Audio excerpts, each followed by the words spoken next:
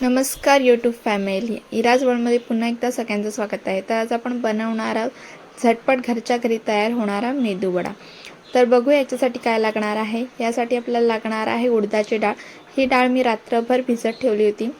4-5 मिरच्या, कोथिंबीर, लसूण, आलं, चवीनुसार मीठ आणि 1 चमचा तांदळाचं पीठ। पहिल्यांदा आपण डाळ पूर्ण रात्र भिजत ठेवली होती आणि सकाळी उठून ती स्वच्छ धुवून घेतली आहे। आता ही डाळ आपण मिक्सरच्या जारमध्ये टाकून घेऊया।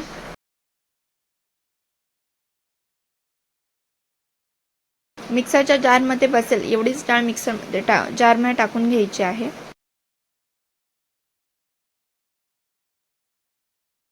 नंतर यामध्ये आपण टाकणार आहोत 4 ते 5 हिरव्या मिरच्या।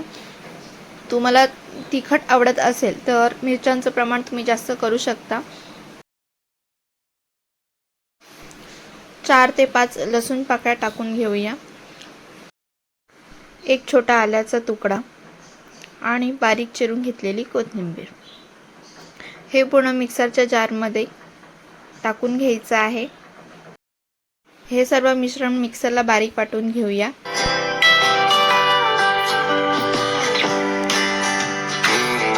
हे मिक्सरला वाटताना याच्यामध्ये पाण्याचा वापर करायचा नाहीये, कारण आपल्याला पेस्ट जाड हवी आहे।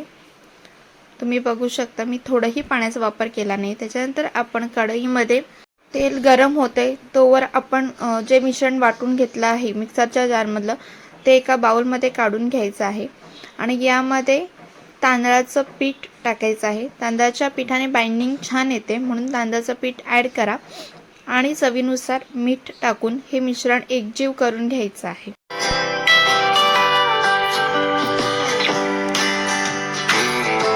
तर मेदूवडा तयार करण्यासाठी मी एक पसरट चमचा घेतला आहे।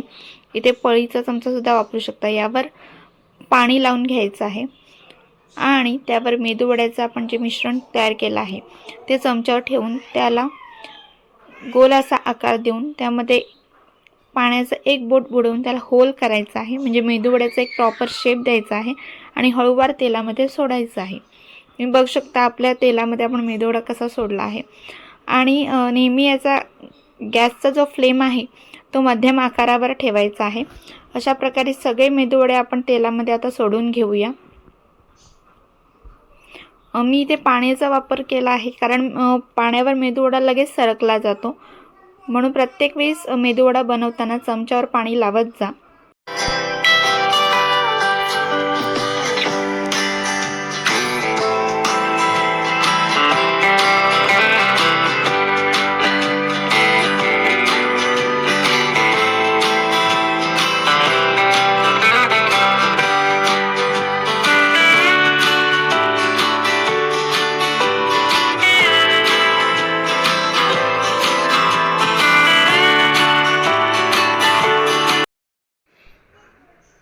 आपले वडे आता गोल्डन ब्राउन छान झालेले आहेत, ते आपण एका प्लेटमध्ये काढून घेऊया।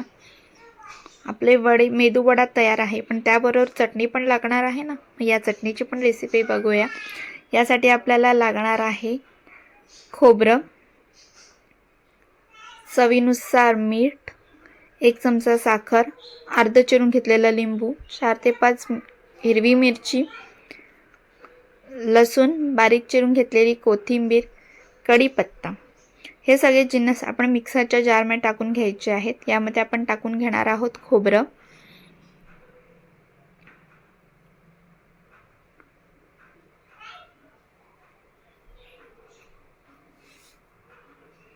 त्यानंतर बारीक चिरून घेतलेली कोथिंबीर, लसूण,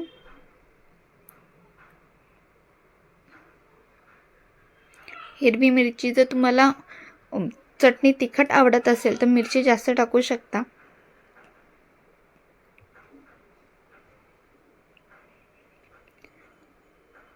त्यानंतर चवीनुसार साखर,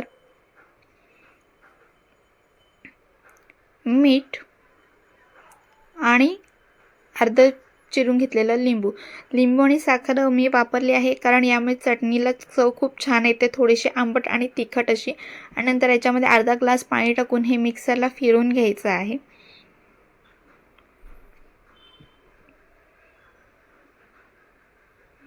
त्यानंतर आपण या चटणीला तडका देऊया. ही चटणी तशी खाल्ली तरी छान लागते. त्याच्यानंतर तडक्यासाठी आपण कढईमध्ये 1 पळी तेल टाकून घ्यायचं आहे. छान गरम झाल्यानंतर यामध्ये आपण टाकणार आहोत 1 चमचा मोहरी आणि मोहरी छान तडतडून द्यायची आहे.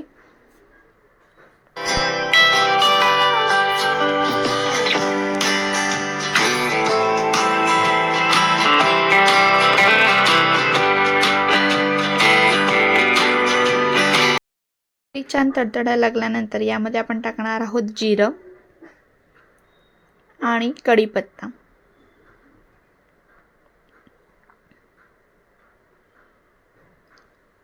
ही छान अशी फोडणी तयार झाल्यानंतर यामध्ये आपण तयार केलेलं चटणी टाकून घेणार आहोत.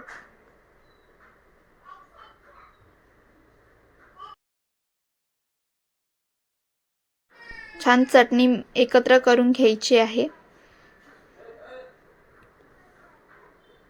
आणि 2 ते 3 मिनिटं शिजवून ही चटणी आपण सर्व करू शकतो. आणि अशाच नवनवीन रेसिपीसाठी इराज वर्ल्ड या यूट्यूब चॅनलला शेअर, लाईक आणि सबस्क्राईब करायला विसरू नका.